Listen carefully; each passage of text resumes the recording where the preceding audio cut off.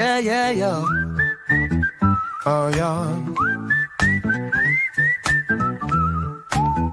Got question, Chase has got the facts. Talking NFL numbers, he's got your back. A little chart trend ball, man, he's got it like that.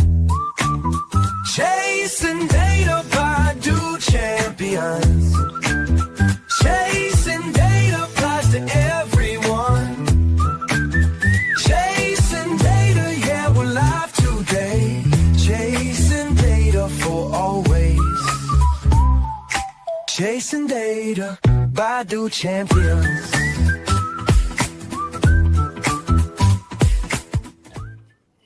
What's up, and welcome to another week of Chasing Data. Last week we did the top 5 offenses for 2026, and this week we're going to do the top 5 defenses. This is based on what the numbers are saying to me and what I really see from the numbers going forward, based on really what they had in 2025, their additions, their subtractions, and how those numbers portray which of these teams are going to work best in the schemes that they will be running for 2026. So, without further ado, we will get straight into it. All right, so let's get this set up here. We have all right, so number five, straight into it. Like I said, we have the why is this not? There we go. The Seattle Seahawks. They could have definitely been higher.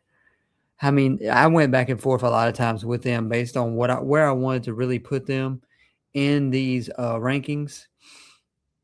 I mean, these top 5, I think this top 5 could go any order except maybe for number 1. I think number 1 is a given as far as what they're going to do in 2026. But for number 5, we have the Seattle Seahawks, like I said. The key subtractions for 2026 is that they lost Boye Mafe, who goes to the Bengals, Reek Woolen, who goes to the Eagles, and Bryant, who just got injured and is out 4 to 6 months, I want to say, with the Chicago Bears. But when you look at what's left on this defense, you start with the edge position, and you have the likes of Leonard Williams and DeMarcus Lawrence. There was so long last year that this team, I mean, this is mostly due to Mike Macdonald also and his scheme and the way he sets this defense up for success. But when you look at last year, it was like halfway through the season, they were the top pressure rate team. And that was all while being like one of the 4th lowest teams in blitz rate. Like they were not sending pressure. They were just getting pressure almost every time, or much higher than the league average. And they were top the league for most of the season. But they have Leonard Williams back this year again, obviously. Had 7 sacks last year. 44 quarterback pressures. You got Byron Murphy, who's going into his 3rd year, who had 7 sacks as well. Him and Leonard Williams also, okay, kind of almost put up the same numbers as far as sacks and quarterback pressure rate and quarterback pressures together. But then they also have a 2nd year DeMarcus Lawrence in this defense, who played 125 snaps fewer than Leonard Williams, but still had 6 sacks and 50 QB pressures, had a 13% quarterback pressure rate. His get off time 0.88, best on the team. Evan says Jackson CMC Cook sounds solid for sure. Not sure how many teams are in that fantasy league right there, but it does look good from a quick glance. So that is the edge position. I mean, you could go through each one of the spots on this defense. Like I said, you have Byron Murphy, one of the up-and-coming rising stars that are young in this league on that defensive interior. What made them drop this far, like I said, was the fact that they lost the players that they lost. But in that secondary, you still have Devin Witherspoon. They have Josh Jobe. They lost Kobe Bryant, but they still have 2nd year Nick Emmanwori.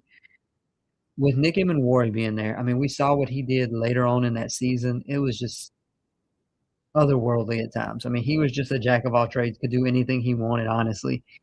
But, I mean, this defense is going to go as far as Mike Macdonald is going to take them. I mean, he is potentially the best, if not the best, defensive mind in the league. What's up, Cowboy Nation? Appreciate you stopping by. They last year had 17.2 points per game allowed. They were number one. Like I said, they lost a few players, but they were second EPA per play, second yards per play, first against the run by a long shot. Like I was saying earlier, I was talking about Byron Murphy, Demarcus Lawrence, Leonard Williams. I mean, that front four is just otherworldly, honestly. But they allowed 28 explosive runs, was the best in the league, the fewest in the league. The most was 75 that was being allowed. So quite a gap between first and last with what they did last season. They were eighth versus the pass and fifth in quarterback pressure rate. So that is the Seattle Seahawks. Cowboy Nation says if Bo Nix didn't get hurt on the Broncos, they probably would have won the Super Bowl.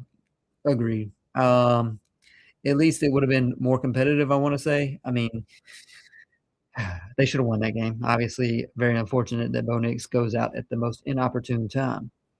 So, leading right into that, fourth best defense, according to me, in 2026, the Denver Broncos.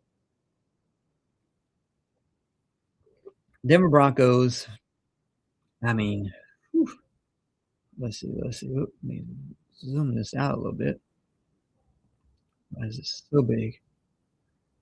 All right, so Denver Broncos, analytical case as to why they will be a top five defense in 2026 is that they were already elite last year. They were seventh in EPA allowed per play. They were top three in success rate allowed. They were actually second. But the Broncos finished the 2025 regular season as the seventh ranked defense by EPA per play at a minus 0.116 rate. They were already a top 10 unit. But their underlying metrics suggest that they were even better than what their ranking indicated. Like I said, they were seventh in EPA allowed per play. They were second in pressure rate at 39%. They were first in total sacks with 68. I mean, they were constantly getting after the quarterback. And then in yards per play, 4.46, best in the NFL. The gap to the top five, the Broncos were only 0.007 EPA per play away from the fifth ranked Eagles. That's an incredibly thin margin. I mean, that's roughly 2 to 3 plays over a full season, suggesting that they were already on the cusp of that elite status that we knew that they were. They really didn't make any major additions this season, but instead they focused on retaining their core through re-signings. You know, I mean, they have Alex Singleton, they have Justin Strnad, two linebackers. They're going to be there. But the thing that made them be fourth and not higher on this list is the fact Jelly says Cardinals are going to shock the world. They would be the biggest shock because they currently have the highest odds at plus 2,000 to win their division out of anybody in the NFL or any team. But the departures for the Denver Broncos include John Franklin Myers, who was so underrated, especially in his defense, 7.5 sacks, 31 pressures. He signed with Tennessee. They lose Dre Greenlaw. I thought Dre Greenlaw coming into this defense was going to be such a huge addition for them. But he really didn't play like he did whenever he played with Robert Saleh. But he goes back to the San Francisco 49ers. PJ Locke, Justin, yeah, those three alone are going to make some impact on this team. The other thing that's kind of up in the air that could have made them higher or lower, depending on how you look at it, is the fact that there's still that Jonathan Cooper investigation. I don't think it's been solved yet. So I'm curious to see how that is going to play out going forward. Tyler says, do I trade Bowers and Waddle for Kraft and Laporta and Tet? Yes, I take all three of those over. I mean, Laporta is definitely the weak one out, but Tet could be a top 5, top 10 for sure wide receiver after 2026. And Kraft, we saw what he did last year prior to the injury. So him and Bowers were what and what, honestly. Waddle going to be a top tier wide receiver for the Broncos, but you're getting 3 for the price of 2. But like I said, so they lost Franklin Myers.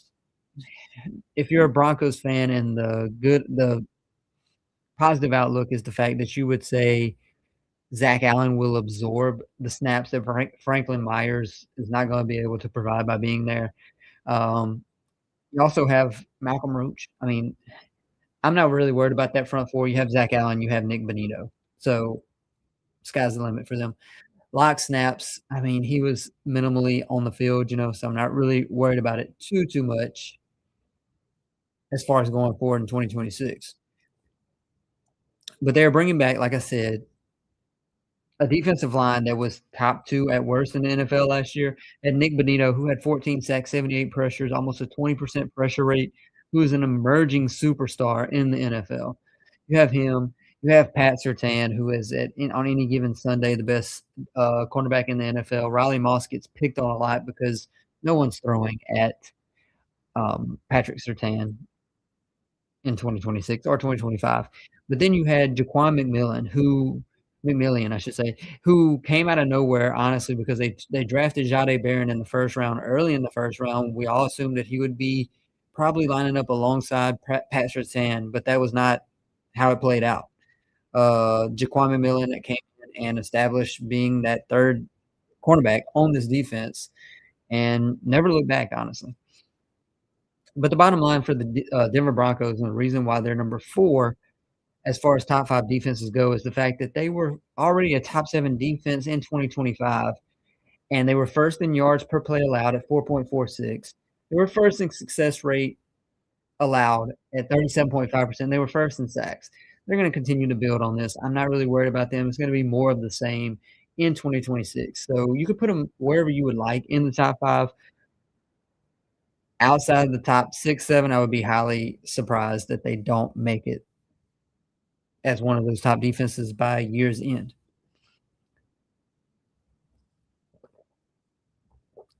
Now, whenever we get to the top 3,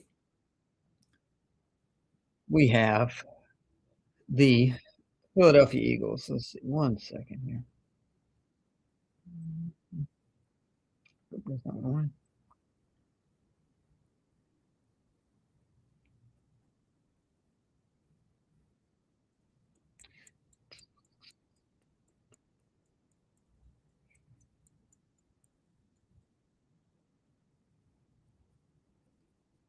All right. So, number 3, we have the Philadelphia Eagles. Like I said, 2 through 5 is kinda a flux. You could kinda put them anywhere you wanted, but 5, we have Seattle, 4, we have Denver, and 3, we have Philadelphia. Again, 20 they already have an elite foundation for 2025. They were 5th in EPA allowed per play at minus -0.12, firmly establishing themselves as an elite unit going into 2026. Their underlying metrics still confirm that this wasn't a fluke. 5th in EPA per play allowed. They were 7th in defensive success rate. They were top 5 in pressure rate. They had 42 sacks. That was their one thing. They did not convert that pressure into sacks. That was a problem in 2025 for the Eagles. Problem loosely being used. They were 8th in yards per play allowed, but they had 20 total takeaways, and that's all when you consider that Quinyon Mitchell still does not have a regular season interception to his name. They're already a top 5 unit. I mean, the question isn't whether they can reach that tier, it's whether they can maintain or improve their standing, and I think it's very feasible. And the main reason that they can do that is the fact that they traded for Jonathan Grenard, one of the top 10 edge rushers in the NFL. They sent away 98th overall and a 2027 third and a 244 overall in the draft. And what they gained was a proven edge rusher who signed a 4-year, $100 million contract. And this matters. Let's mute that. This matters being that they got Jonathan Grenard because their top edge rushers last year were Jalen Hunt, 6.5 sacks, 36 pressures, 11% pressure rate. Nolan Smith with just 3 sacks, 23 pressures, and an 11% pressure rate. And Jalen Phillips, who was there for part of the season, now gone, just had 2 sacks and 22 pressures. So them trading for Jonathan Grenard is definitely going to fill a hole on that defense going forward in 2026. And I mean, when you look back at what Grenard has done in his career, he consistently generates 8 to 12 sacks per season, and his pressure rate is usually around 12 to 15%. I mean, it's an instant add to this defense, obviously. What they gave up was Reek Woolen, they added Reek Woolen. I don't know what I said that gave it up, who is a high upside secondary addition. They already have one of the top cornerbacks in the NFL in Quinyon Mitchell. But they signed him to a 1-year, $15 million contract. Then they gained a 6'4" athletic cornerback with elite physical tools in a Vic Fangio defense. So the sky is kind of the limit in what they can do with him on the back end as going alongside the likes of Quinyon Mitchell, Cooper DeJean.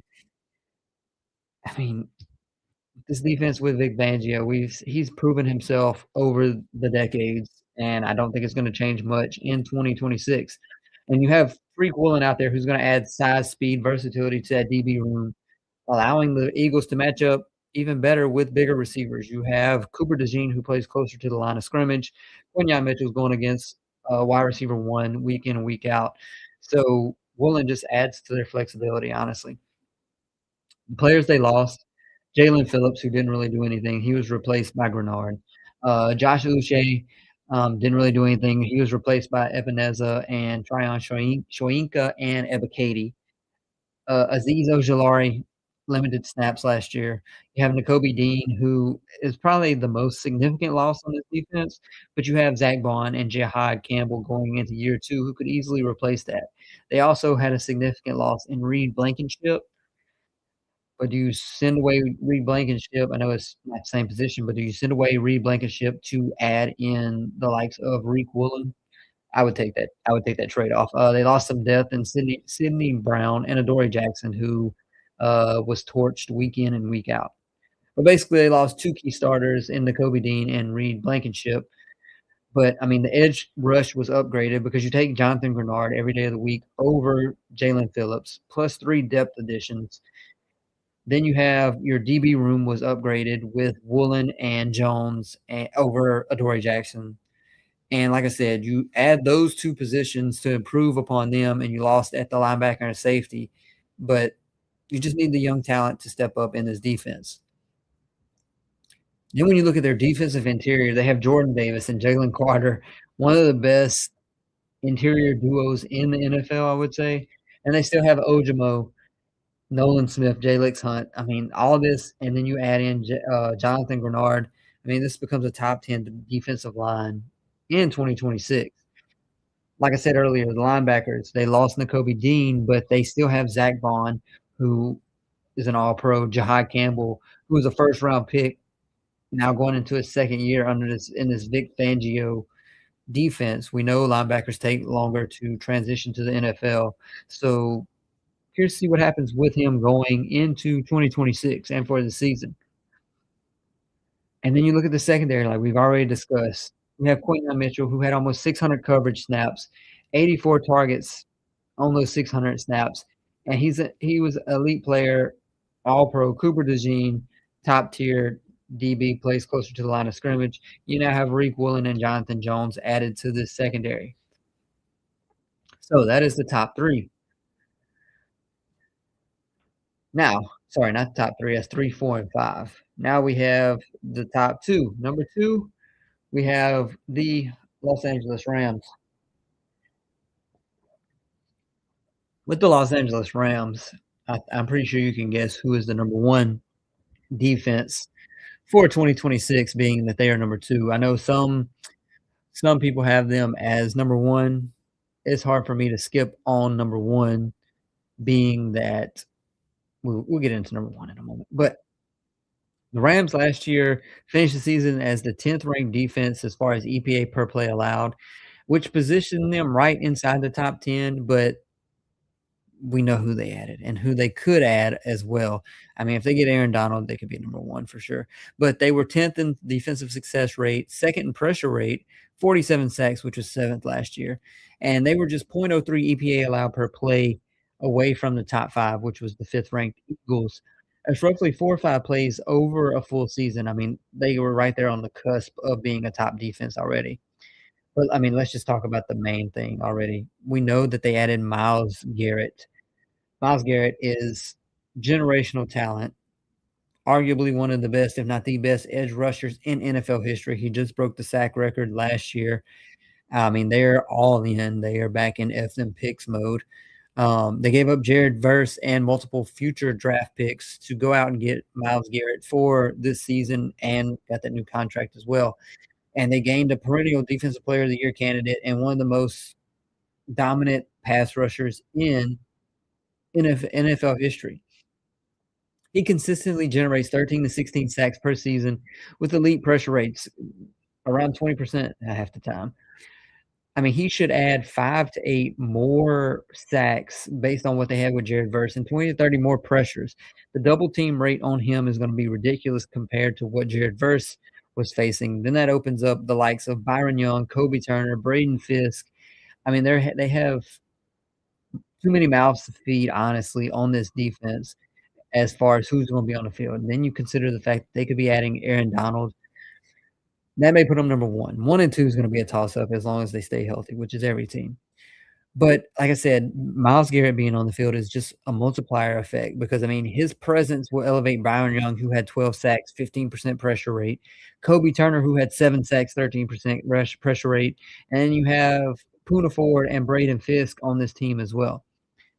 I mean, there is no way that they can't be a top 3 at minimum defensive line in the NFL. Then you added Trent McDuffie at the cornerback position, an elite coverage upgrade for this defense. They gave up 2026 first round and other picks, as we know, but they gained a top 10, arguably top 10 NFL cornerback with elite man coverage skills. I mean, last year their problem was Emmanuel Forbes had a 57% catch rate allowed. I mean, we know that that was probably the weakness of this defense in 2025, but they have Trent McDuffie, who's elite man coverage, who's gonna go against the wide receiver ones week in, week out, and allow the Rams to play a more aggressive coverage and blitz if they want to, but I don't know if they even really need to because they have such a dominant front four. They went out and got Trent McDuffie's, uh, partner from the Kansas City Chiefs, both 2 Chiefs in one offseason, and Jalen Watson, signed him to a 3-year deal and is arguably CB2, I guess, in this defense. I mean, it went from a weakness to what would be a strength that they didn't have Myles Garrett on this defense, but they lost 0 defensive starters. I mean, besides Jared Verse, who they traded away to get Myles Garrett, but they have a returning core that's elite at all talent, all levels. I mean, the linebacker position could be arguably the problem, but I mean, when you look at this defensive line, I mean, they are just loaded everywhere. It is ridiculous. I mean, the worst part of the defense is the linebacker position. They have Nate Lamb and Omar Speights. I mean, Nate Landman got the extension after being there on was like near a league minimum deal. It was something very cheap. You still have Cam Curl, you have Cameron Kitchens, and then you have Trent McDuffie and Jalen Watson. I mean, Kitchens is becoming an emerging playmaker. You have Cam Curl, who got the 3-year, $36 million contract. I mean, this defense is just top tier. And then when you add in Chris Shula's aggressive defensive scheming, I mean, are they even gonna blitz as much as they did in 2025 whenever you have Myles Garrett? Like I said, this team could be number 1, especially with the pending addition of Aaron Donald, the looming addition of Aaron Donald. But we'll see what happens.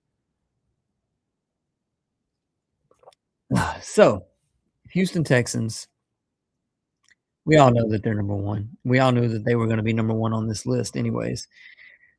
When you look at the Houston Texans, I mean, honestly, where do you truly start for them? Because they are loaded at every level of the defense. You can start with their first team All-Pro, Will Anderson. I mean, Will Anderson and Danielle Hunter. This is arguably the top 2 pass rusher, maybe probably is the best pass rushing duo in the NFL right now. I mean, Will Anderson, he just broke the record for most money guaranteed, I wanna say, for an edge player. Last year, he had 12 sacks. Danielle Hunter had 15. Will Anderson Jr. had a 20% pressure rate, unheard of. Danielle Hunter, 14%. They had a combined 153 quarterback pressures just between the 2 of them. Absolutely insane, insane.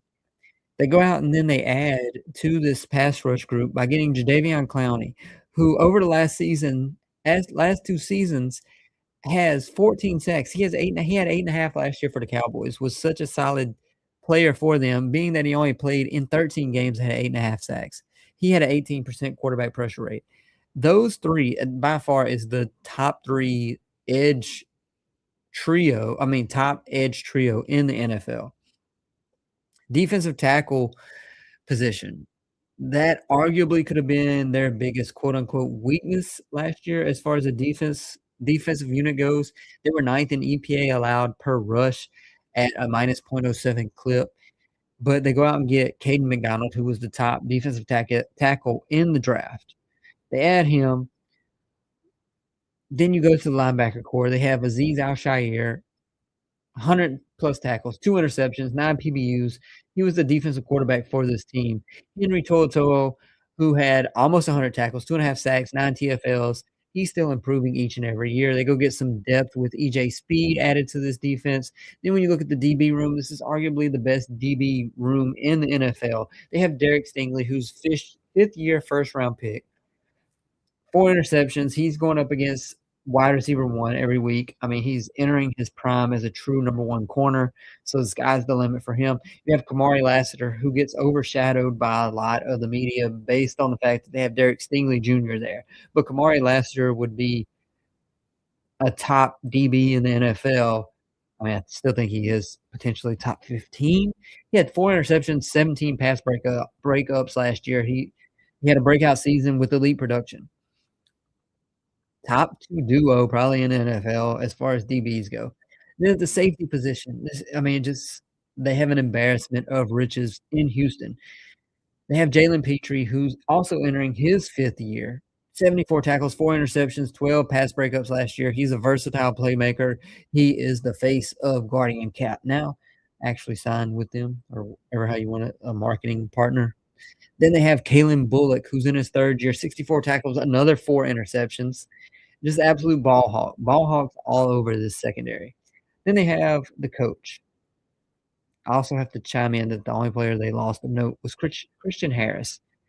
But they had 47 sacks, which is crazy. Not that many, outside of the top 2. But 27 total turnovers forced.